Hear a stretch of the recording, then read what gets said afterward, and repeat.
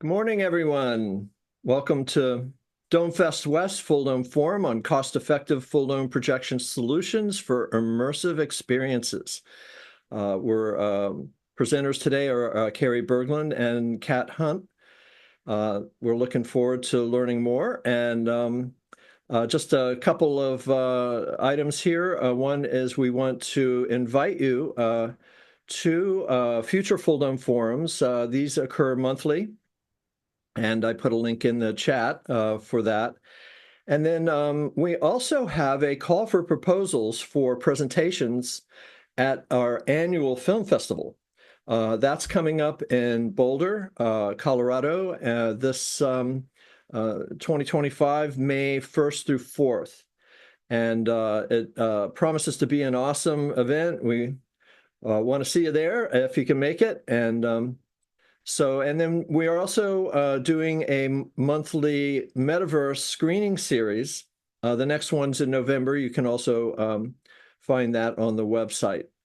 So without further ado, I'd like to invite Ryan Moore, our executive director, to come on screen and introduce our speakers. Thanks, Ryan.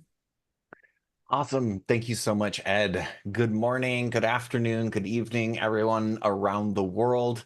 It's very exciting to have you here. Thank you so much for joining us for this Fulldome Forum, where we will get into a lot of really great, valuable information about squeezing every dollar you possibly can out of the materials, the lessons, the software, everything that you need to put together a dome venue or exhibit some sort of production, or even take kids on a quick tour around the universe. We love these experiences, but they can be cost prohibitive sometimes. And that's why we're so excited to have from Digitalis, Carrie Berglund and Kat Hunt to talk with us today. And I'd actually love to just introduce, because both of these ladies are in their own way absolutely titans. Carrie Berglund actually started Digitalis with her partner, Rob. And actually, Carrie, would you mind coming on here? We'll introduce Kat here in a second. But there we go. Yeah, just want to introduce Carrie. She's the co-founder and director at Digitalis Education Solution, and she began her career at Seattle's Pacific Science Center, where you led the Space Odyssey program. And it seems like that's where you got your fell in love with portable planetariums. And then, of course, in 2011, you started LIPS, which you are now somewhat famous for. So I just want to introduce Carrie Berglund. Carrie, say hello. All right. Hi, everybody. Thanks for the introduction, Ryan. You bet. We'll also have our co-host, Kat Hunt, jump on. Kat, if you don't mind turning on your video too. Yeah, Kat Hunt joined Digitalis in 2022 after 6 years as the planetarium director at Ingram Planetarium in North Carolina. So yeah, she's got a major background in science literacy, emergent education, and she loves blending theater, graphic arts, and planetarium work all together. She's got a Master of Education in STEAM and in learning engagement. Kat, thank you so much for joining us this morning. Say hello. Thanks for having me. Thank you for joining us. Now, I know you said you're in North Carolina. Do you have friends that have been impacted by the hurricane? Any details around that? Yeah, actually, so where I'm at is right on the coast, which usually gets hit by hurricanes, but we were far east. But a lot of our state has been impacted greatly. I actually went on a bit of a scavenger hunt to track down the whereabouts of all of my friends in the planetarium world in the mountains, and I found them all. They're all safe and recovering. That's absolutely great to hear. Yeah, our thoughts, good vibes, atheist prayers, and believer prayers go out to everybody there. Also, Tammy Barrett, thinking of you as well. Just the entire southeastern coast right now just needs a lot of love and helicopters. So, anyways, we don't want to distract with that. But here, I'd love to go ahead and have Carrie jump back on, and we'll get you spotlit here. And yeah, I think at this point in time, I'll go ahead and take a step back and let Kat and Carrie take it from here. Go ahead, Carrie. All right. Thanks, Ryan. Kat, if you could pull up the slides, that would be great.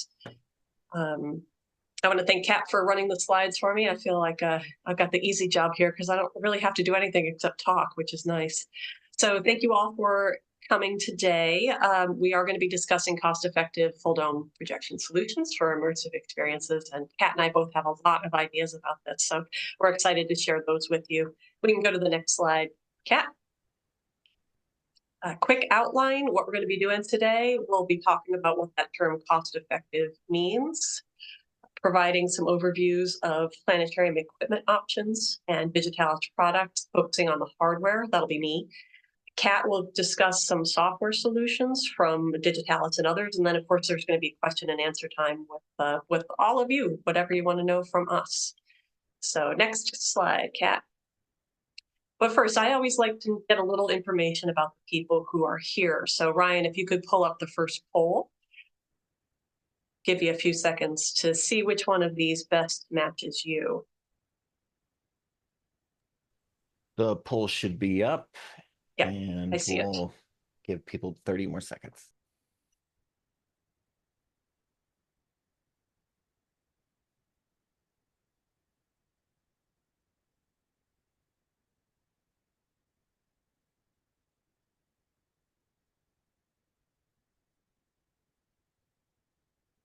So just about everybody has answered.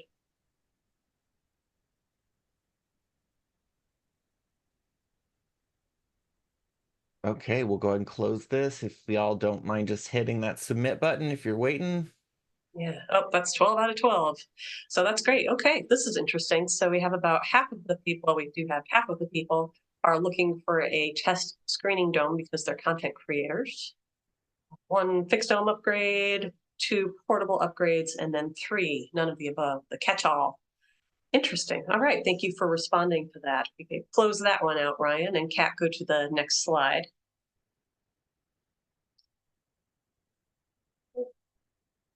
Guess I need to close it out here. There we go.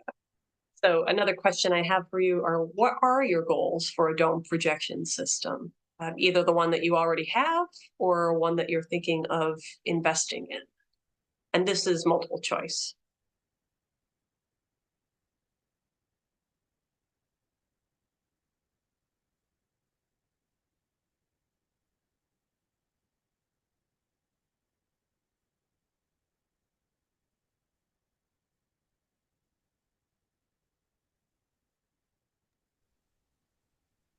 All right, we've almost got everyone. Yeah, Hit quicker that with this one. last. That's interesting that we have a tie for the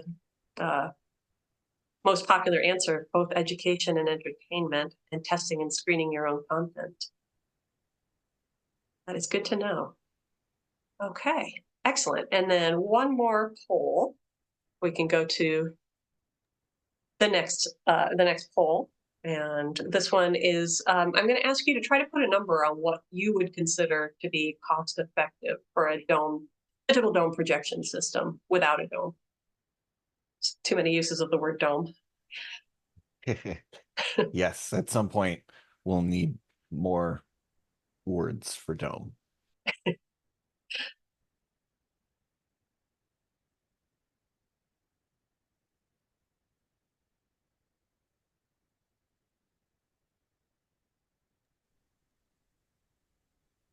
All right, just waiting on a few holdout participants. Let's see, the last people, if you don't mind hitting submit. All right, I think this is what we're gonna have. That's probably about as many as we're going to get. Okay, great. Well, this is actually what I expected, that the up to $50,000 category would be the one that was most popular. But I do see that we have some other options as well, including up to 500,000. So it's fairly interesting results. Okay, so Kat, if we could go to the next slide. I want to talk a little bit about this definition of what cost-effective is. And I want to start off by saying that there really is no one quantifiable number. As you can see from the previous slide, the previous poll's results, it does vary. It depends a lot on what a person needs, the resources they have available, the resources that they want. But the basic definition is that the purchase provides good value for the money spent. And that brings me to my next topic, which is that value is not the same as price. Price is objective and value is subjective. So Kat, if you could take us to the next slide.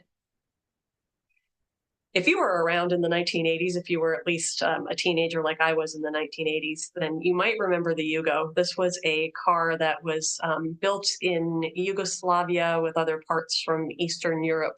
It was the lowest priced car available in the 1980s. It was famous for being inefficient and completely unreliable, just breaking down all the time. And you could see customers complained about nearly all aspects of the car. So the price was low. The value was terrible, I would say, because this was a car that just didn't do what it needed to do. You couldn't count on it to be to work when you needed it to. So I just wanted to give that as an example, a really specific example of the difference between price and value. So with Digitalis, we focus a lot on offering high value for the money spent. So Kat, if you could take us to the next slide. I want to share a little bit about what we do. Yes, good, fast, and cheap, pick two. That's the rule for restaurants, absolutely. So a little bit about us. That's our beautiful building here in Bremerton, Washington, west of Seattle. As Ryan mentioned in the introduction, I am a co-founder of Digitalis. I'm director of education, and my partner, Rob Spearman, is the president. We've been around for nearly 22 years now. Rob's a software architect by training, and then I have the informal science education experience. We manufacture and sell digital systems for portable and fixed domes. We really emphasize usability. Ryan mentioned that I'm sort of famous, probably most famous now, for LIPS, the Live Interactive Planetarium Symposium. We really believe in the power of live interactive programs. So Kat, if you could take us to the next slide. We develop and maintain all of the software on our planetarium systems. That's Nightshade D3 planetarium software that Kat will be using a little later. The Universal Console is a web-based interface calibration software for our multi-projector systems, and the powerful, reliable Linux operating system. We make our own inflatable domes. Those are built here in Bremerton, Washington, in 5 standard diameters. And we actually run a planetarium, the Pacific Planetarium, which I have to say is the best way to test your interfaces, to actually use them in the way that your customers use them to make sure they do what you want them to do. Okay, Kat, next slide, please. So we have nearly 1,000 digital systems around the world. I think it's 980 at this point. I have to do some updating. Single and multi-projector systems up to 8K, large and small, dome options. And as I mentioned before, we really focus on value. Our goal is always to provide the best overall value, not the lowest price, but the most bang for your buck. All right, next slide, Kat. So now we get into probably the most pertinent aspect of my talk with you today, talking about planetarium hardware. So that image on the left is our buyer's guide, which has some information about planetariums and questions that you might ask. The QR code takes you to a landing page where you can download it. And I think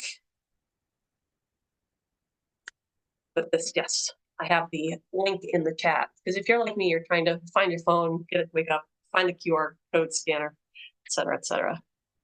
But now you've got the link in the chat if you want it. Okay, Kat, next slide. So a lot of this information is coming from that buyer's guide. First, we'll talk briefly about domes, and we basically break domes into 3 types: portable inflatable domes, like we build here, negative pressure domes, which are usually built around a geodesic frame, and then fixed domes, like perforated aluminum or fiberglass domes that are not meant to ever move, at least not without many days of work. All right, Kat, next slide, please. So we'll look at advantages and drawbacks for each, starting with the portable inflatable domes. They're fast and easy to set up. I can set up one of our domes in about 5 minutes all by myself. They're really compact. They pack up small. You can just put them in a closet if you're not using them. They are the simplest design and therefore the least expensive type of commercial domes. And as I mentioned, they're easily stowed when not needed. So you don't lose space to a dedicated dome as you do with a fixed dome. However, next slide, Kat, there are drawbacks as well. If you're my age, then sitting on the floor for long periods of time is not easy. So that's one of the drawbacks, is that most of the time you're sitting people on the floor to maximize your seating capacity. Handicapped access can be tricky. With our domes, you lift to the side and push people under in wheelchairs. And Aaron, yes, I've been looking into back jacks. Those are portable chairs that give people something to lean against. So that does make it easier. Dome inflation fans, those blowers, are sometimes very loud. Ours is adjustable, so you can reduce the speed and reduce the noise, but that's not true of all of them. And usually they're indoor use only. So for some institutions, they don't have a lot of indoor space. So that can rule out this option for those. All right, next slide, Kat.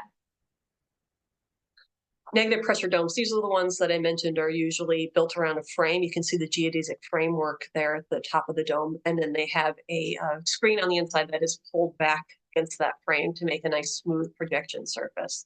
You don't actually see the geodesic frame. I should mention that. If you've ever seen one of these, you don't get that framework coming through on the projection. So advantages, you can see them here. Pretty obviously doesn't deflate when the door is opened, which makes it easier for handicapped access. You can see people in chairs because the spring line is raised up higher than an inflatable dome. And it's lower cost than a rigid fixed dome. And next slide, Kat.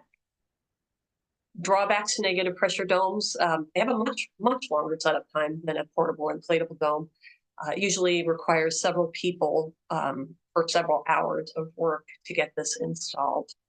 They're large and heavy, so they take up more storage space. You're limited in what kinds of vehicles you can transport them in. They do require a fan to be going the entire time to suck that screen back and make a nice smooth surface, and those fans can be very loud. And one more type of dome, Kat. We could go to the next one. Fixed domes. Oh, did we miss the advantages?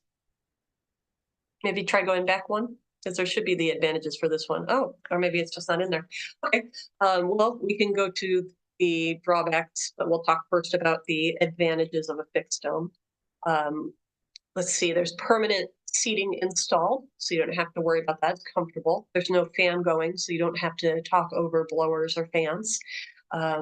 And it gives you more options for peripheral things like theater control systems. You can do multi-projector systems much more easily in a fixed dome. You can get fancier with your audio system because you're not having to move it and set it up every single time. You can get it tuned for each particular dome. And then moving on to the drawbacks, it is the most expensive, of course, because there's a lot more labor that goes into manufacturing and installing the dome itself. It does require a dedicated space. Unlike a portable dome that you can just pop in a closet when you're not using it, your fixed dome is just always going to be there. And then the last thing is that the audiences have to actually travel to you rather than an outreach program visiting them. And for some institutions, that's difficult or impossible, largely because of the cost of school buses, for example. All right, next slide, please, Kat. So moving on to projection systems. Again, we identified three main types: spherical mirror, single fisheye lens, and multi-projector. So we'll look at advantages and drawbacks to each of these. Kat, next slide. So spherical mirrors, advantages, they're inexpensive. You can potentially do it yourself if you have the technical know-how and good use of Google. You can figure out how to make your own spherical mirror system. It sits at the edge of the dome, so it minimizes block sight lines. You don't have a projection system in the middle of your dome that makes it hard for people to see around it. Next slide, Kat.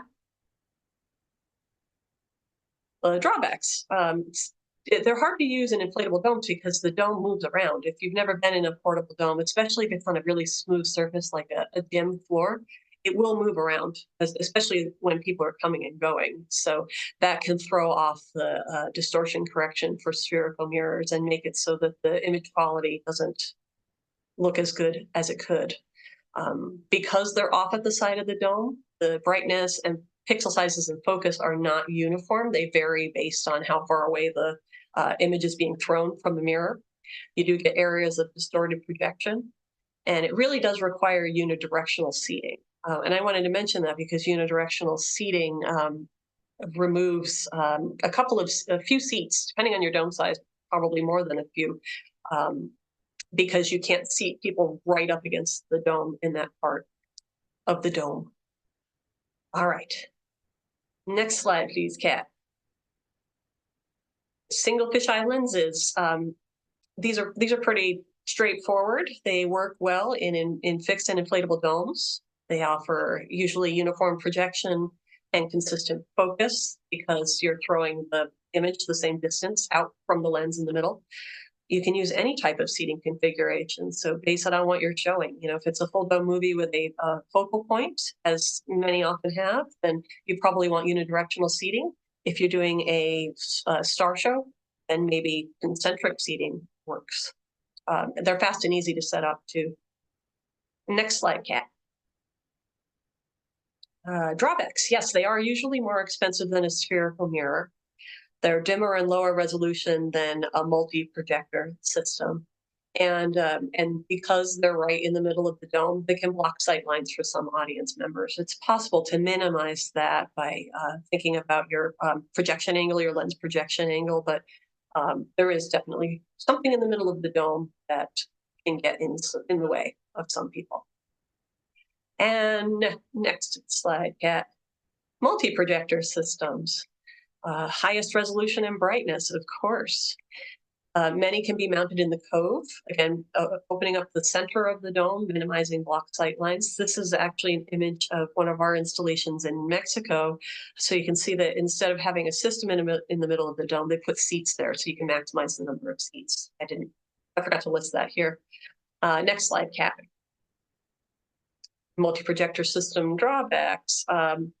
They don't work well in inflatable domes, largely because of the fact that the dome does move around as people are coming and going, or if it's on the gym floor and it's overpressured, it can shift a little bit, and that causes the geometry to change and makes your image quality or projection scene, for example, might become visible. They have the greatest complexity. Anytime you're dealing with trying to blend two images, it's going to get more complicated. So for example, our single fisheye lens systems can be installed by the customer. That's one of the ways that we reduce the cost. Multi-projector systems, we require them to have us install it. And then of course they are the highest cost because there's more parts, more complexity. Okay, Kat, next slide, please. Some tips and ideas if you're looking for hardware. Think first about what you need and then approach vendors. That's probably the biggest, most important idea that I can give you. Only you know what you need. So also think about what is your preferred presentation style. Are you looking to show exclusively or primarily pre-recorded or pre-scripted content? Do you want to do a lecture presentation, which is one-way communication where you're presenting to the audience, but they're not giving you information back? Or do you want to be able to do a live interactive program where you are taking feedback from the audience, you are doing things based on what they're responding? That's a good thing to think about before you go looking for equipment, because different different vendors have different focus areas, I would say. All right, next slide, Kat. Yes, don't be afraid to ask vendors a lot of questions. That's what we're here for. You know what you need, so make sure you get all of the answers that you need to make an informed decision. If a vendor stops answering your questions, then I would suggest moving on to a different vendor, personally. We strongly recommend that you actually test drive every system that you're considering. And I gave you a couple of reasons or a couple of thoughts on that. Some vendors just overstate their system capabilities. They may say, oh yes, this is really easy to use. And then when you actually try to use it, you'll find that it's not. And a kind of a red flag if a vendor makes it difficult or impossible for you to test drive their equipment, then definitely take that into consideration. There may be a reason they don't want you to take it for a test drive. And next slide, Kat.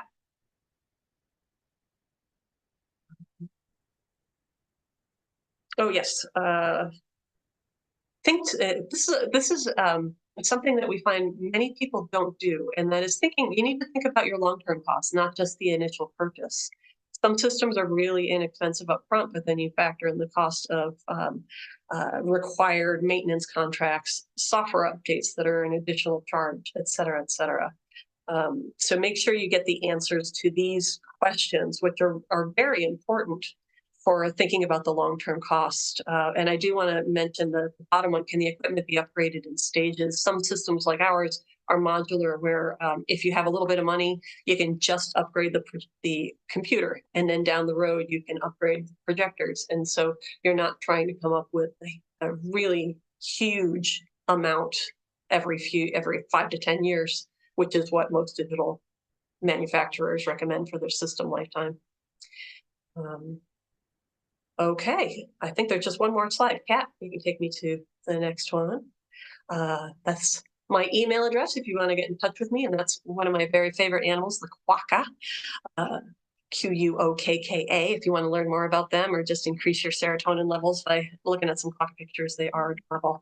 And Erin, yes, we will be at GLIPA 2024, the Great Lakes Planetarium Association conference, coming up in Peoria, Illinois in 2 weeks. So I will look for you there.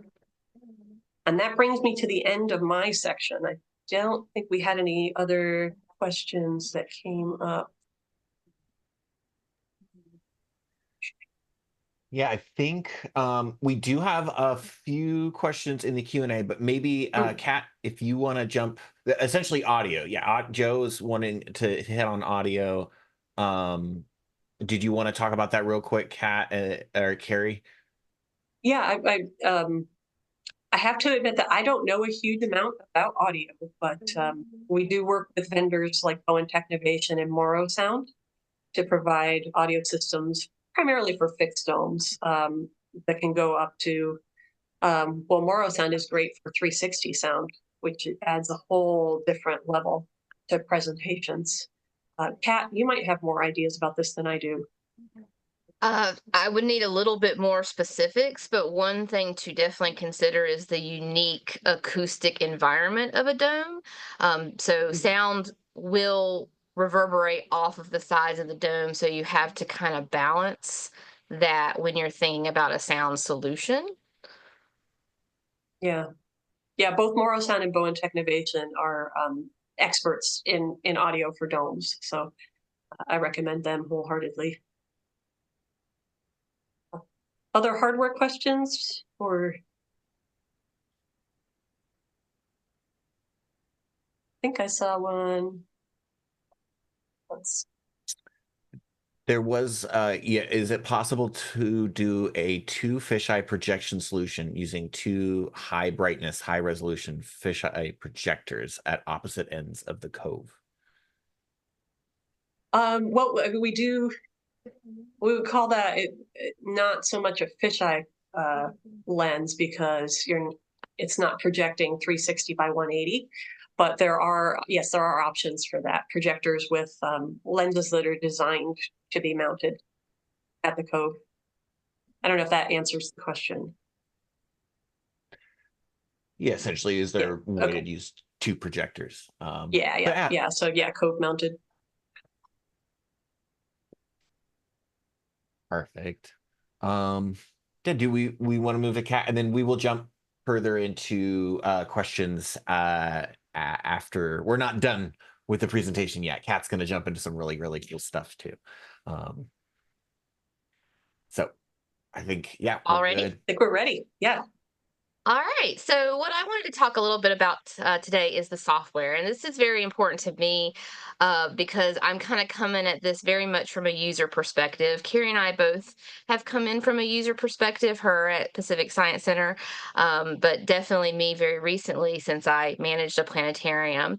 But since we have a large audience of content creators, I want to kind of focus a little bit more in depth on that and talk a little bit more in depth about what Carrie was mentioning, that testing on an actual planetarium system is really, really important for a couple of reasons. One, it gets you an idea of the user experience of trying to bring your content into the planetarium environment and how it will also look.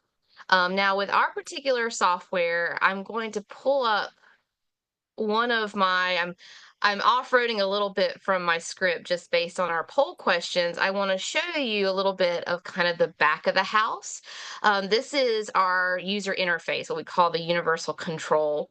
And something that's very unique about us that just started this summer, we actually have a platform specifically for those museums and science centers or content creators where you don't need a robust space visualizer, because that does add some cost to a system, but will allow you to get a feel for that planetarium specific experience. Planetarium people have been perfecting full dome media for a really, really long time. But a lot of folks in the industry today that want these immersive experiences, they don't need the cost of a full visualizer. So we do have a level of software where it's essentially a media player that you're able to utilize. That reduces the cost, but gives you that hands-on experience with a planetarium software. Now, I've got a couple of medias here. I can't show them both at one time, but we're going to be kind of just clicking through these so you can see a little bit about how it interacts.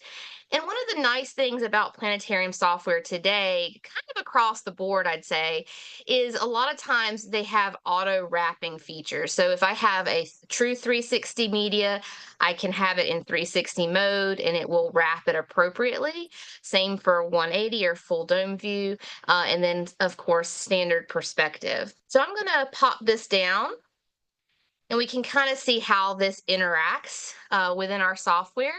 So first, a static 360 image. I do want to pull it up as it's kind of raw form so you can see how it changes. And I know it's a little bit small in the zoom window, but this is, kind of this rectangular shape. But when I hit my 360 button, it will automatically wrap for me. And then using our gamepad or our universal console, we can explore the environment of this image. And the same goes for 360 video content as well, where I'm actually able to explore it with the click of a button. And then, of course, we have some 180 content or full dome content, which is going to appear more round.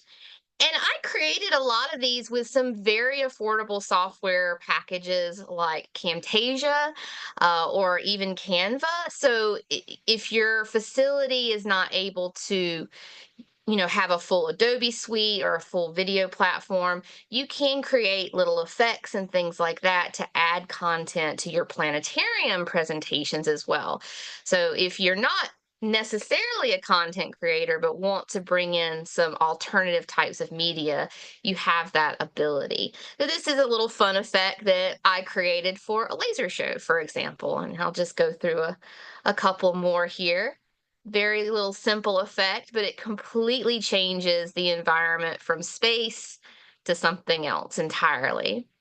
And then lastly, I have a 180 video I created. So if you are getting into content creation for the first time, or if you're a science center that's wanting to involve your community a little bit more, you can actually get very affordable 360 cameras now. Maybe not the highest resolution that they have, but for a grassroots kind of effort, that's going to be perfectly fine for under $1,000. So this, for example, I'm walking around Myrtle Beach, South Carolina, getting some clips of my local environment and shadowing that against some of the natural environments in the area to talk about coastal erosion. So these are some really nice and affordable ways that you can create these immersive experiences using planetarium software. And if you're thinking about investing in software for a science center, if there are any of those in the audience, one thing to know about planetarium software is there is a lot of flexibility. In our past, it was you had a planetarium and you had a large screen theater, for example. It was one or the other in a space. But now that we have this robust visualization software available, you can really merge the two in one space and create a very flexible, very economic environment. You'll have a high investment in the beginning, especially with a fixed dome, but you have a lot of income potential if you are a, ticketing sort of facility. Hey, Kat, So I'll pull that down. are you trying to share your screen? Because we're not. So it's showing the screen in the I Zoom do window. see it. I see the sky. Oh, okay, great. Got it. Yeah. Yeah, I had to click on a button there. Perfect. Okay. Did everyone see it, or did something happen? Yeah, no, there's actually a tab at the top to see her screen that you have to click that says Cat Hunt's camera. In case you're not seeing her video. It's coming through. I think you can continue, Kat. Okay. I apologize for that. I think that was actually kind of towards the conclusion of my part a little bit. Carrie, was there anything you'd like me to add that I did not touch on? Need to unmute myself first. Can you talk a little bit about free programs like Blender that can be used for content development? Yeah, absolutely. So, I touched on this very, very briefly, but there are some, again, affordable solutions that maybe are even free. Blender is an excellent one. We have quite a few planetarium people that are really into Blender to make models and things like that. And you can port those into the system or create video content. And then there's some, less expensive video platforms as well. Again, you kind of run into some resolution caps with that. So if you're trying to do the highest resolution of 8K or sometimes even 4K, you can run into some barriers with some of those less expensive software platforms. But if you have a small dome, or you're, just getting started, overwhelmingly planetariums today still have 2K or 4K systems. So that's something for the content creators to know too, is overwhelmingly right now there are not that many 8K systems. So don't be afraid to create content on less expensive platforms, and don't be afraid to create things for a lesser resolution. And when you have a small dome, especially, the resolution 2K is was beautiful on my 45-foot dome, for example. My audiences were not unimpressed by that compared to, say, a 4K or 8K system they would see. Most of the people in the public that aren't video people like we are, they're not going to distinguish the difference as critically as we would, especially in a smaller theater. Did that answer that question? Yeah, I think so. I can also think of some free open source planetarium programs such as Stellarium, Open Space, of course, and Worldwide Telescope. Hopefully everybody here is familiar with the term open source, but if you're not, it means it's free to download, use, and modify. And just to give you a little bit of insight, so Digitalis, as I mentioned, our systems run the Linux operating system, Space Engine as well. Thanks for that, Aaron. So we're big believers in open source software. However, there are some limitations to using open source software. We used to develop Stellarium. I don't know if people remember that, but our earliest systems ran Stellarium. And if you are using Stellarium with a fisheye, that's thanks to us. That's one of the things that we implemented. But an open source project is dependent on people contributing to it, which right now, Open Space is heavily grant funded, so they have staff and will be able to do that. If they ever run out of grant funding, who knows if development will continue or if there will be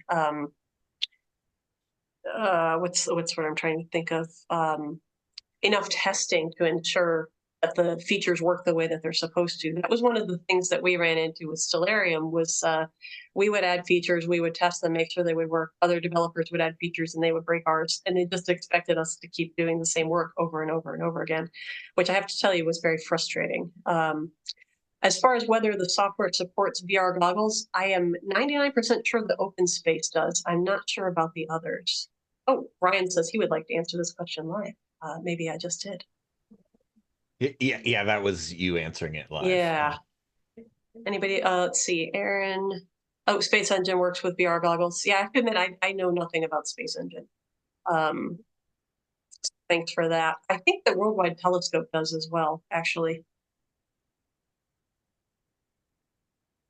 Oh, Celestia is another one that I should mention is an open source program. I want to give a quick shout out to some software platforms that you wouldn't suspect in a planetarium actually can also work.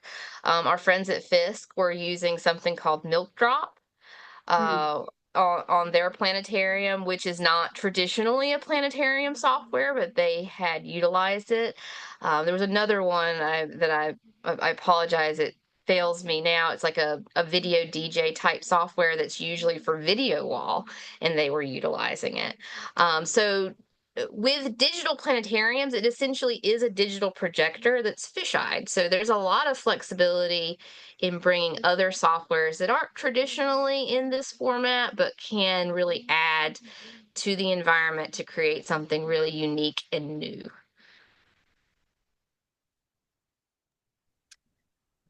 Milk Drop is music visualization software, right? Yes. Okay, got it. Hey, Carrie, Kat, would either one of you have some examples of maybe successful use cases of these of your tools and of maybe the portable units?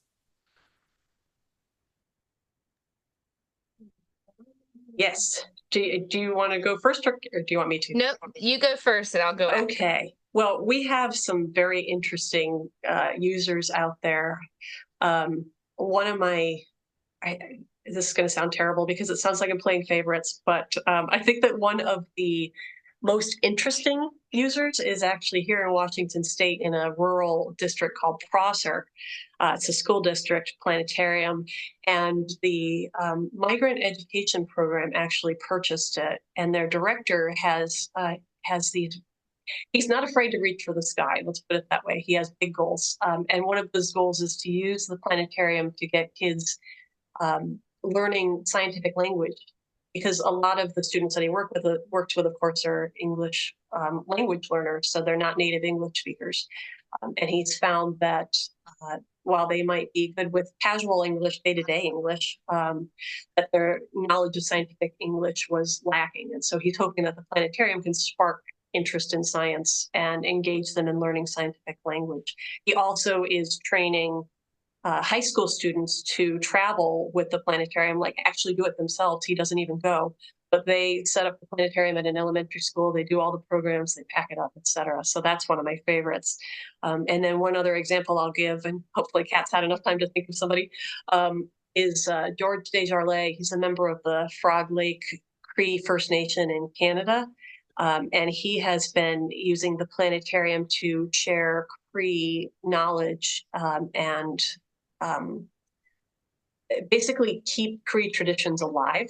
And so he finds that the planetarium is much more exciting for audiences than the flat screen presentations that he used to do. He said he's been getting much more interest in attending his programs. Even had an elder one time stand up and tell everyone that they should thank George for his presentation, because that this elder was not allowed to learn these things when he was a child. So those are two powerful ways they're being used. Who would you like to highlight? So I may have misunderstood the question. I read it as thinking of creative ways that the space is used, and I was going to mention even with the visualization software and something called scripting, which we use something we call StratoScript, but each planetarium software kind of has its own. You can create really dynamic full-length programs very affordably with what you have. I had created a Mars program because I couldn't buy a film for the Perseverance landing. So I, using my automation software or scripting, kind of created something that I pushed play on, and it ran through a series of activities, including my narration, and I was able to have a program that we presented to the public every single day. Yeah, I can think of one other example too. Sandy Run Middle School near Philadelphia uses their dome for English, basically English language arts presentations, where they might display an image and have the students write poetry, for example. So I think that's a nice creative use of the dome as well. And are these domes that you're referring in these use cases, were they expensive? Like, where did they fit in that $500,000 to $50,000 range? Were they? Yeah. Let's see. Well, Sandy Run is a fixed dome, so that was more expensive than the other two that I mentioned. That one was about, it's been a while, $100,000. The other two with the dome, Prosser, I know, went with the professional version of the software and our second largest dome. So I believe that was about 60,000. And then George Desjardins went with the basic version of the software and a slightly smaller dome. So that was more like 40,000. Mm-hmm. And have you seen any of your clients that have these domes implement, especially in like maybe the smaller portable domes? We'll just start there, but implement a ticketing process, or have any of them talked about trying to make a financially positive effect with their portable domes to supplement their existing planetariums? I have a Essentially, couple of examples. yeah, no, go, essentially go for it. Just any examples of people making money with portable domes and how they did it. I'm sure this audience would love to know examples. Yeah. Yeah. So we have a couple of folks we know that have science outreach businesses where schools will pay them a fee to come into the schools and do planetarium programs. A lot of schools won't necessarily be able to have the resource in-house or even within their district. So this kind of gives them a way to bring that planetarium experience to them. And busing is also a major challenge for schools across the board. So that addresses that need as well. So we've seen this model, and I've recently had a couple of folks who have rented spaces and they've set up portable domes kind of in a permanent location, even though it is a portable planetarium system, and they're actually kind of using it as a pop-up science center essentially and charging admission for the visits to the public audience that are coming to those. So we do see that with portable planetarium some. Yeah, and I know that for folks who have fixed domes, I know that sometimes there's concern that starting an outreach program with a portable dome is going to reduce your attendance to your fixed dome. And people don't typically find that in practice. If anything, a portable dome is a great advertising tool for your fixed dome. So I do want to point that out. Great. Got a hand raised. Yeah. Aaron Harris has got a question about the cleaning ability of the portable domes. Yeah, are they able to be dry cleaned, or what's the besides the Accidental hand accidental raise. Yeah, go ahead and take this, Carrie, if you don't mind. Yeah, sure. So I've never had anybody dry clean their dome. I don't know that they would. I mean, the pack is fairly small, but it's not like, a shirt or a sweater. It's going to be much bigger and heavier than that. So I don't know that they would fit in there. We've had some people who need to spot clean their dome, and then we recommend using a really, really mild detergent and letting it air dry fully before packing it up. Otherwise, you risk developing mildew if it's at all damp when you pack the dome up. Most of the time, people find, like, if it's just dirt from somebody's shoes, for example, or dirty hands, so they can just brush it off with a brush, and that tends to keep them going. I'm not familiar. I mean, I guess if it was something that really stained a lot, like I'm thinking back to when I was overseeing the Willard Smith in Seattle, we had a grease stain came down through the HVAC unit on the roof and just right down the dome. So if it was something like that on a portable dome, I think we'd have to get more aggressive with our cleaning. But so far we haven't had to.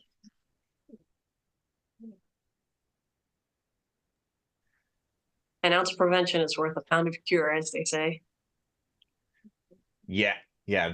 Try not to let it get dirty. Those negative pressure domes, if I remember correctly, one of the byproducts is they're kind of pulling air out of the dome and vacuum cleaning it through your screen. So sometimes those seams is that issues that you have to deal with as well with yours, or?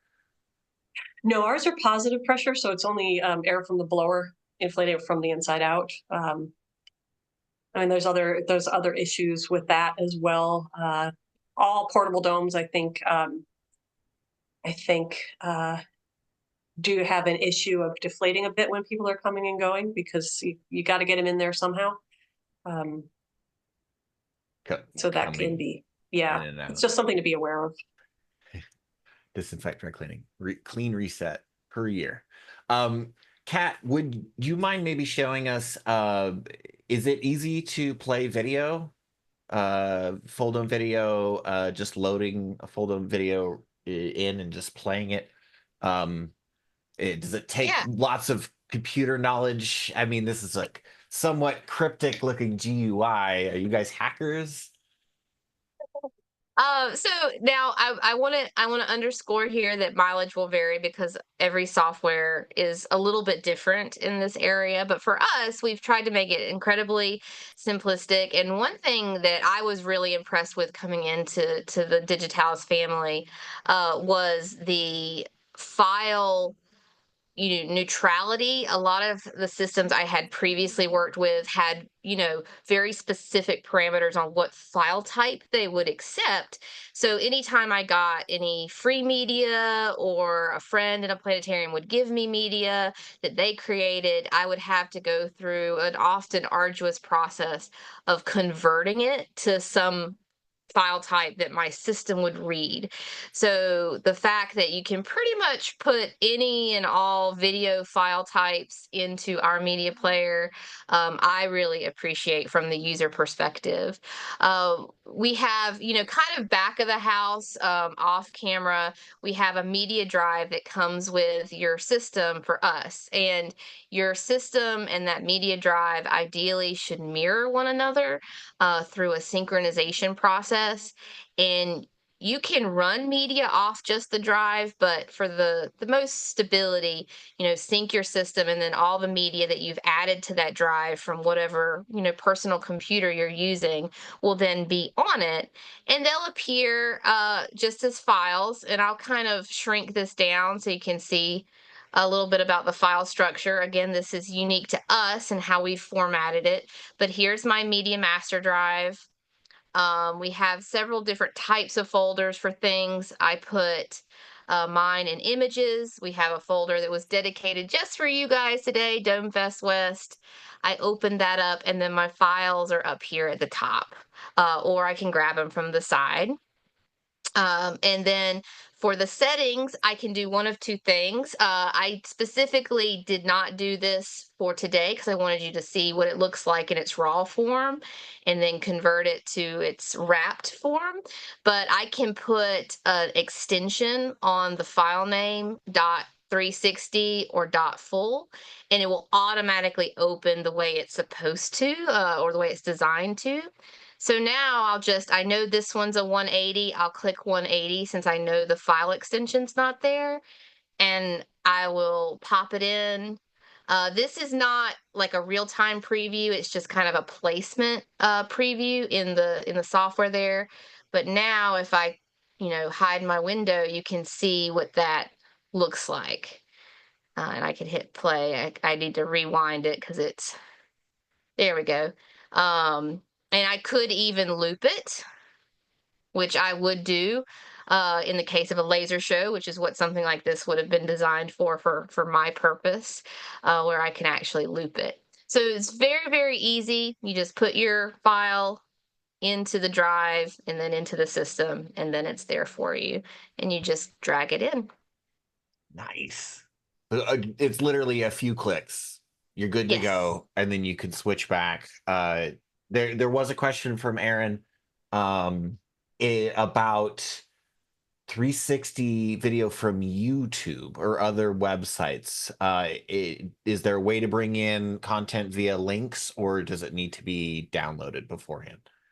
For us specifically, it does need to be downloaded, and there's a few reasons we've decided to structure our particular system that way. We feel like it's a more stable, more secure method than having your full staff, even some volunteers who may be well-meaning but won't necessarily understand if they download something they're not supposed to. Additionally, you have to be careful with things like YouTube because copyright is a very gray knowledge base that a lot of people have a lot of misunderstandings about. And with YouTube, maybe the content is Creative Commons, but YouTube itself has some strict guidelines about how you can use their streaming platform. So it's always better to get the media from whoever created the media, if it's a Creative Commons situation, than to try to stream it off of YouTube. Now, one good shout out to Loch Ness Productions here. They have something called Fulldome on Demand where you can stream, you can rent for a short term Fulldome films. Because of the structure of our software, you can't intrinsically do that within Nightshade, but your projector that you have will work. You would just need to hook up your laptop to your fisheye projector to use a service like Fulldome on Demand. So those types of things are available, and there's ways to do that with the hardware that any planetarium will have. Yeah, and for fixed films, we can do a streaming solution, so it doesn't have to be locally housed. Portables are just, they're their own little microcosm, and it's you never know. Having done outreach for decades at this point, you just never know what you're going to get when you walk into a school. So you can't count on having a grounded outlet, let alone good Wi-Fi. It's been my experience anyway. True. I gotta unmute myself. We had kind of a follow-up question from Aaron again on cleaning and disinfecting. He mentioned concerned about taking times 8 classes in a day through a dome. Yeah. Disinfecting is a problem, period. But we'll make that a question mark. Yeah. Hand it over. So we have a couple of tips that we give people for disinfecting. Tea tree oil, like infusing it with tea tree oil. That, especially if it's also stinky, that can make because it happens. That can make a difference in the odor. And there's also, you can buy UV light sterilizers that you can run in there. So. Yeah, I know they can hold germs, so it is definitely something to think about. Yeah, Kat, you do this quite often. Is there a preference that you have that you did last week in making sure the dome is clean when doing these tours? Honestly, I don't worry a whole lot about it for a couple of reasons. One, it's enclosed, but there's air circulating. So if it gets stuffy, I will circulate the air. I have had some customers actually bring in air filtration devices that they'll set up. Of course, that does take up real estate, but it depends on, what your priorities are, and if, obviously if it's cold and flu season, you might want to be a bit more stringent. People are not typically touching the dome itself. They're usually kind of in their personal spot. So I personally don't worry that much about it in our domes. It's roomy enough and there's enough ventilation that it shouldn't be a problem. Yeah, Kat actually reminded me of the importance of just pumping a lot of air through it. So before you pack it up, just put the blower on its highest setting and just shove a lot of air through there when there's nobody in it. That can make a big difference. Pour bleach directly in the blower, have it go through. No, don't do that. Don't do that. Don't do that. Robin, good to see you, Robin. Can you use Siphon to pipe other video generating software like Resolume into Nightshade? I don't know. I am not familiar with Siphon, but I will ask our developers about that. All right, Not Robin, right now ask a because good they're working question. remotely, but Yeah. No, it's true. And there was actually we had a statement kind of at the beginning that I've had OpenAI help me make into a question. I just kind of wanted to ask you because both of you come heavily primarily from a planetarium world, planetarium background, which we can clearly see in the quality of the space products that you have, the ready to go essentially planetarium presentations, really great support there. Eh, Personally, and then let's do this as a question between both of you. Personally, how do you see the role of independent dome content creators in pushing the boundaries of content beyond maybe these STEM focused narratives? Hmm. Like what opportunities or challenges do you think exist for people that are more experimental with these portable domes? Hmm. Well, the first thing that comes to mind is a comment that I got from a teacher at a conference one time. She said that she thought planetariums were so effective because they engaged the head and the heart. But I think that you don't have to limit that to planetariums. I think that you can broaden that to the dome environment. It's so effective because it engages the head and the heart. And so opening up domes to more artistic endeavors, just getting people to think about three-dimensional space in a different way than they do in a planetarium. I think that can be incredibly valuable.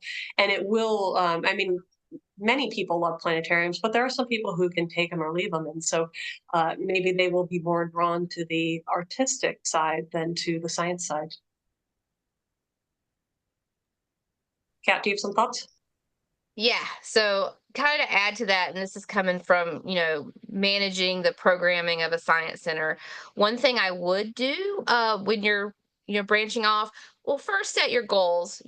Are you wanting to create content strictly for artistic expression, or do you want it to also be an income source for you? Doing good market research, researching audiences, and having some realistic expectations of different types of content is really important. So, like a very artistic piece, I certainly embrace, and I would do quite a few of those in my dome, but it couldn't be, you know, 80% of what I offered because the demand for it in my particular market wasn't as high. So I had to diversify. So do keep that in mind when you're talking with prospective theater managers and designing your content to, identify well-defined goals, also identify your audience, and that will help you pitch those programs to those theaters as well if you know the audience you're targeting. Super good point. It's probably important to be honest with this audience, especially that there are very few, if no existing art only domes. There have been some that have existed temporarily, but all the way Yeah. across the board, I believe all of the dome theaters almost around the world are either planetariums or have their markets figured out as a science leaning, education leaning, arts, historical arts. But would you two know of any just arts focused or right now that it still needs to serve a need and maybe arts haven't found that, or your thoughts? Yeah.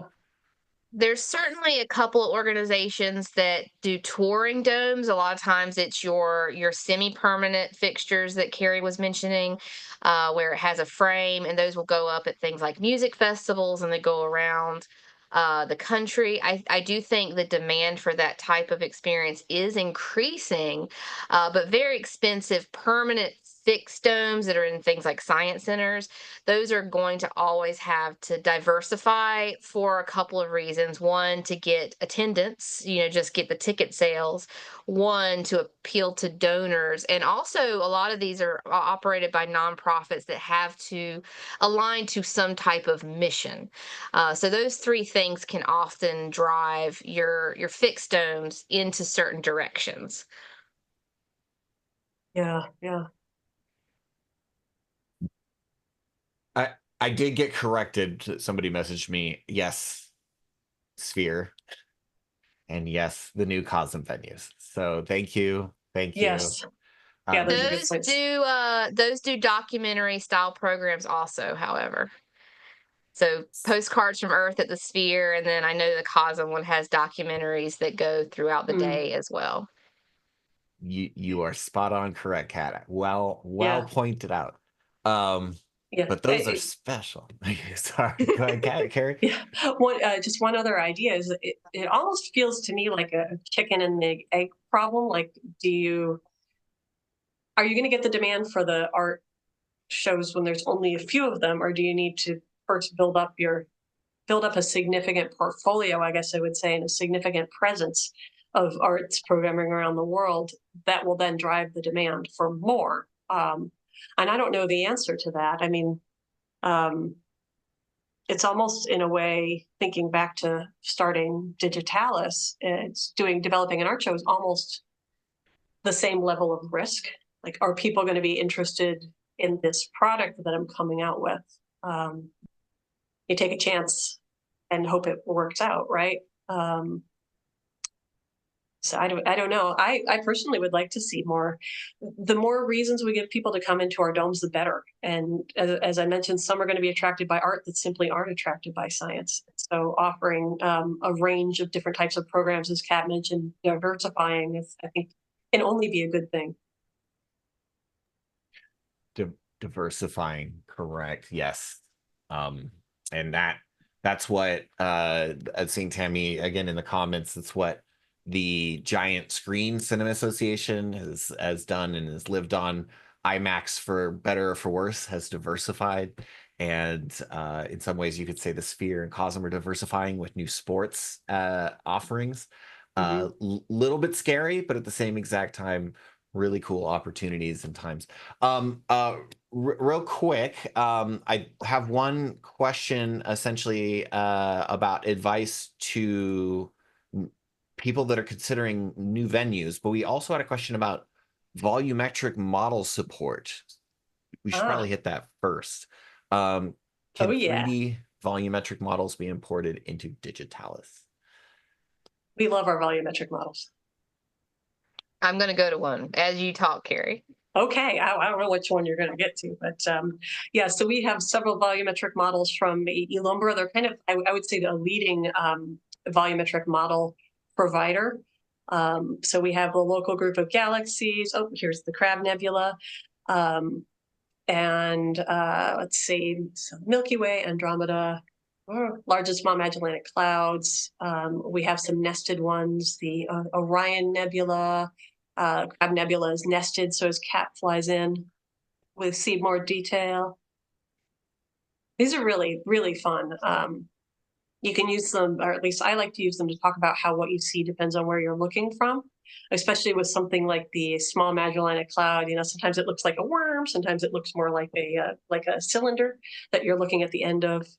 The Crab Nebula has lots of ways you can pull in history. You got a favorite, Cat? Or you're going to the small Magellanic Cloud? I went to the small Magellanic Cloud. See, there's the worm. There's a nice Milky Way. Yeah. Wow. Now, as far as bringing in your own, like there's a couple ways that you can bring in your own models. Either you have a model, I think, and I apologize, this is more Dave's forte. It's GLB file format right now, right, Carrie? Yeah, yep. To bring in models, or you can use our point cloud to do point cloud data, which helps with that volumetric aspect when you utilize the point cloud aspects of the software. Yeah. Wow. Yeah, volumetric models are spectacular. So bring them, Christian. Bring them.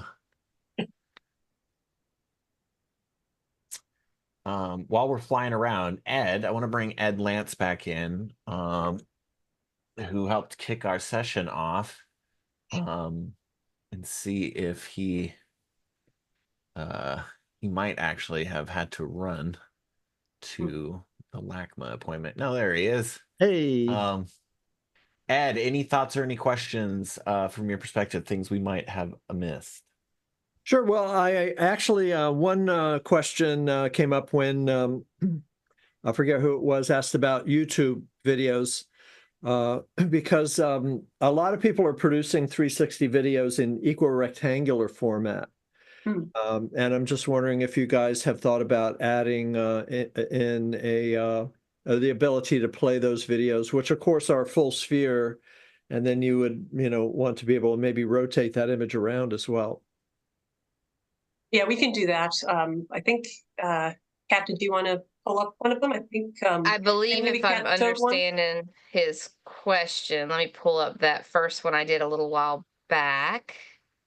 And you're I went essentially on a asking about being able to control the orientation of the 360 video being projected. Correct. Yeah, full sphere video that is in an equal rectangular format. So equal rectangular is like a 2-to-1 aspect ratio that represents the data on an entire sphere. There you go. There it is. Yeah. Yeah, So yep. this is a static photo, but it would work the same way with a video. I just didn't have a true 360 video to pull in today. I only had 180 available. But this is that in a static form. It functions the same way, where you can move around. Now, because we do have some VR folks in here, one distinguishing thing to know is you only have 3 degrees of freedom. You can only look around a static image. You can't walk through it. If you have VR goggles, there's some programs, as we know, where you can go to different points in an environment, and you can sometimes even interact with things in the environment. That capability does stop with our planetarium, and most planetariums, honestly. I can't think of one off the top of my head without bringing in other types of software where they can actually maneuver through the environment. But if you have a 360 video or photo that's just a static perspective, you can interact with that in the Fulldome. That's great. That's totally reasonable. With Also, the go ahead. sorry, I was just with the images, the still images, you can actually zoom in a little bit on a section as well. I've never tried that with a video, but have you ever done Yes. that, Kat? Or you just I've not actually done that. Oh yeah, just select something and then hit zoom in. Let's see. Yeah, If I would can use the do it. gamepad myself. It's easier. Yeah, I call that a spherical zoom. It's Yeah. distorted, but It it's flipped it cool. around on me. Look at that. Yeah, look at Wow. that. Awesome. I'm That a little pushes in pretty experimental right far. now. Yeah. Wow. Great stuff. Another question. You guys said you do multi-projector support. Yeah. Do you have any sort of auto edge blend capability with that? Here we go. I got it working. Oh, you did. Excellent. So let's see. So we have an auto calibration system, and we use physical masks for edge blending. I see. So the auto cal is for geometry only, not for the blending. Yeah, exactly. Yeah. Got it. Yeah. And so the physical masks take it so that there's just a teeny tiny little seam, and then the geometry mapping gets rid of the overlap. Right, right. So yeah, the physical masks work great for a small number of projectors. Yeah. Yeah, what's nice is you can, when you fade to black, it's still blended. The gray frames are still blended. It's true. Yeah, if you do electronic blending, then the only other solution is to boost the gray level outside of the blends so to get a uniform black, Yeah. So we emphasize fewer higher quality projectors. So we don't want to throw 8 consumer grade projectors to get for a 4K resolution. We'd rather use 2 higher resolution, higher quality projectors and just have one scene. Yeah, especially for smaller domes, the 4K projectors are pretty affordable now. Yeah, yep, About 5,000 lumens, I think, beyond that, yeah, it starts to get very expensive very quickly. yeah, that's for sure. Kat, Aaron, you're I think, is asking a clarifying question on the oh, volumetric data. I guess Mm, when someone says volumetric, often it means like voxels instead of pixels. In other words, yeah. like point clouds or something like that. Of course, we're not navigating 3D in real time, right? Are you running clips, or are these volumetric databases that you're actually navigating through? We're just free flying. So yeah, Kat was just manipulating them live and on the fly. Movies, though, 3D renders, right? Or is it? No, they're actually 3D models, not movies. Okay, so it's real Yeah. time 3D. Yeah, real time. Yeah, nice. Yeah, so let's see. I see Aaron's, is the volumetric data collected from scientific instruments or is it an artist's Right. interpretation? I was just looking on my other computer at the Alumbra website and it says we focus on creating scientifically accurate models of astronomical objects. So I imagine, I don't know for sure, but I imagine that it's artistic interpretations of data collected. Yeah, this the way a lot of those are done. I know Carter Emmart at the American Museum of Natural History can talk for hours about this sort of thing. But yeah, they take actual photos and then other data and try to reconstruct in 3D what these phenomena might look like. But there's a certain amount of artistic judgment involved in that. And you even have things So, like the different stars, like around the Orion Nebula. This is great. Around the Orion Nebula, for instance, there's lots of stars, and there's error bars on those stars. They're not even sure where they are in Z yeah. exactly, So they have to make a model, you have to sort of make a few assumptions. Absolutely, yeah. Actually, when Lips was at the Fisk, Mike Wasky, I think I've got his last name right, said that all models are wrong, but some are useful. And so that's kind of been, it's just stuck in my head. That's right. I Yeah. share it everywhere.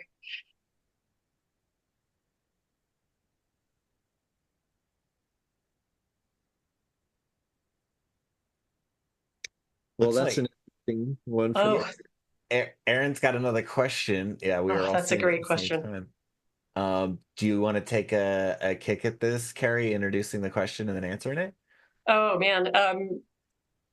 So basically, what Aaron's asking for, we don't have that yet, but boy, I would love to. I would love to have it so that if you went back in time, it didn't just adjust the positions of the various objects, but that it also adjusted what they look like. So if you went back far enough, you'd see the continents, Earth's continents come back and form Pangea, for example, or looking at different parts of a nebula's lifetime. Boy, I am not a software developer, so I don't know. I imagine that is a gigantic project that would take a long time to do, but I can tell you I would love it myself. I'm not aware of anybody that does that yet. There are some models, for instance, galaxy collisions, right? Mm-hmm. And those are over, gosh, like millions of years, billions of years. I Yeah, don't know, but yeah, that's true. like our galaxy is colliding with the Andromeda galaxy, but it take a while to see that play out. Yeah, yeah. So video clips, yeah, video clips exist for that kind of thing, but I'm not aware of any software that would let you show it in real time.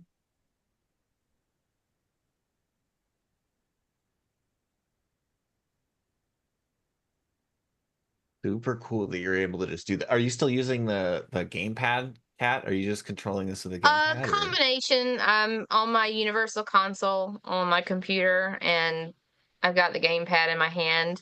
I prefer live and on the fly stuff personally. What I just did is I faded away a layer of Venus's clouds, so that you could see the, I'm going to mispronounce this word, and Carrie's going to get me, Magellan surface simulation, or is it Magellan? Magellan. Magellan. So Yep. it reveals the Venus Magellan surface simulation that you can't see from a telescope. You can't even see from a like an optical telescope that like you and I would use to see Venus because the clouds are too thick. So just revealing even our own solar system in new ways is really exciting.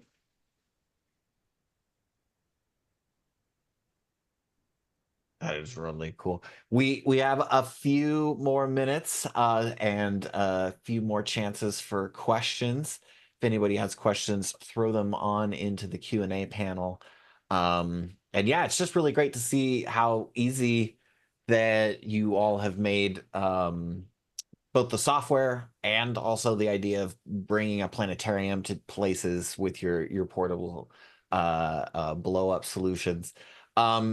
I guess at this point, where can people find out more? Is there any way you might be able to flash that QR code again for the builder, or actually probably just drop the link? Carrie, you had a Yeah, good point. I did put it in the chat, but it was way up. So let me dig it out again, and I'll just put it more recent. It Thank you. is. Not delete. I'm just going back through the slides here until I get there while she does that. Nice.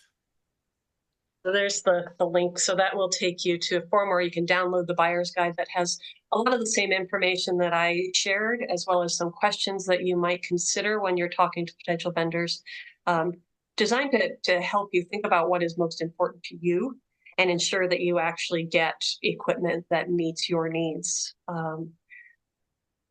So hopefully you'll find it helpful. And our own website has a lot of information as well. You can probably guess it from the link in the chat what our website is, but I'll just put it on its own here.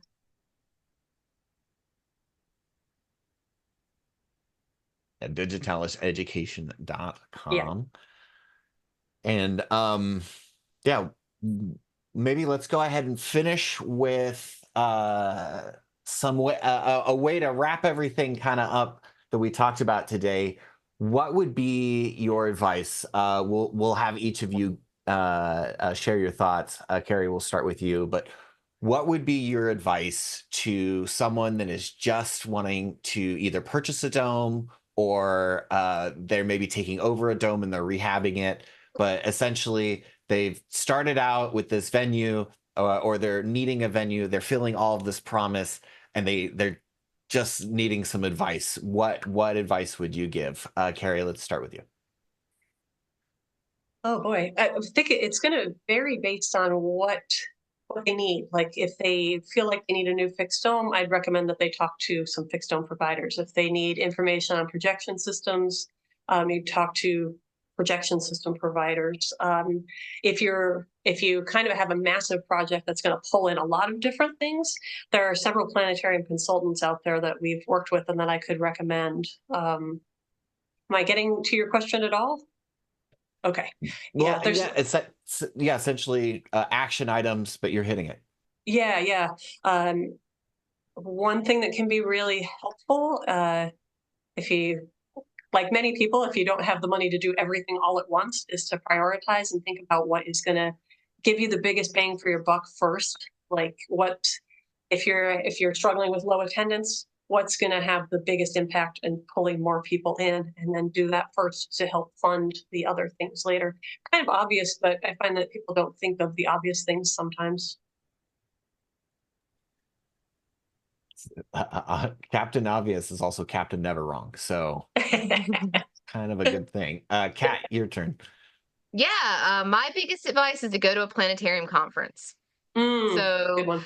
even if you don't have a planetarium, but you're exploring that, like go to a planetarium conference. If you have any questions about where the closest ones are and where good ones would be, Carrie and I can certainly help with that. But that gives you an opportunity to meet people that actually utilize planetariums, whether you're a content creator or you're wanting to build a planetarium. It gives you that real world experience with different types of people that are using different types of systems. They're not vendor specific. specific. You do get to meet all the vendors and you get to see all the films and see what's in the market. But it's just a great way to get an understanding of a very unique industry and a very unique kind of professional world. Yeah, that's great. And Kat made me realize that one easy thing that you can do is visit a lot of planetariums.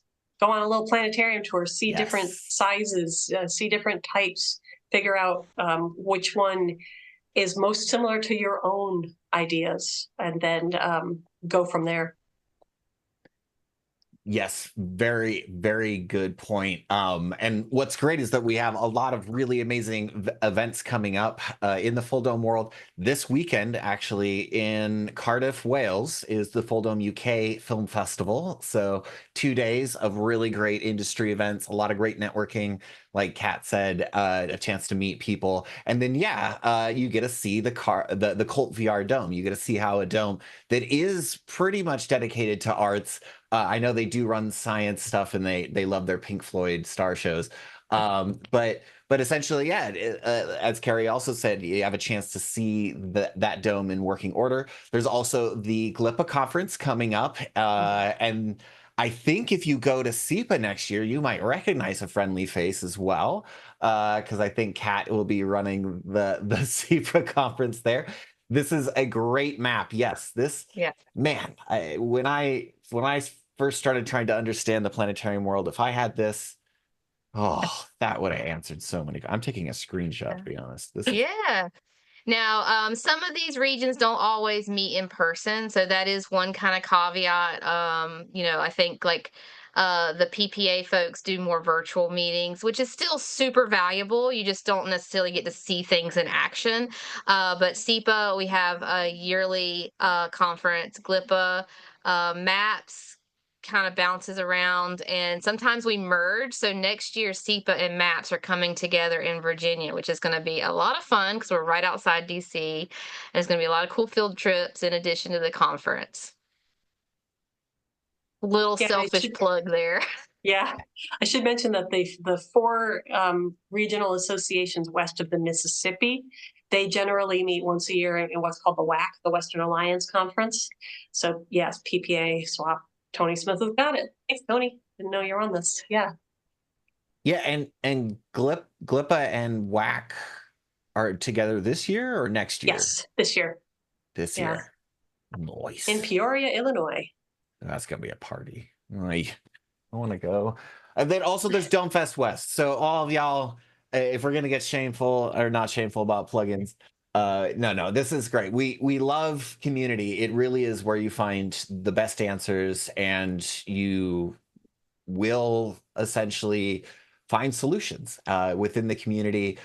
Two of the great community members holding it together are these amazing ladies here. So let's give them a big round of applause to Carrie Berglund, to Kat Hunt, to the incredible work of Digitalis, of Lips, and then, SEPA. You guys are all doing amazing stuff, as you can see. Look at all the love pouring in. And Thank you. we will be posting this on YouTube in about a week so people can rewatch it. I did want to share one last thing, that we will be having our next Fulldome Forum event in a month's time, November 14, and we're going to be talking about pre-show, about what ideas, cool things you can do for your audience even before they get inside the dome. So come in about a month, sign up on our website. Registration is always free, and learn more about that there. But just one last time, thank you, Carrie. Thank you, Kat, so very much.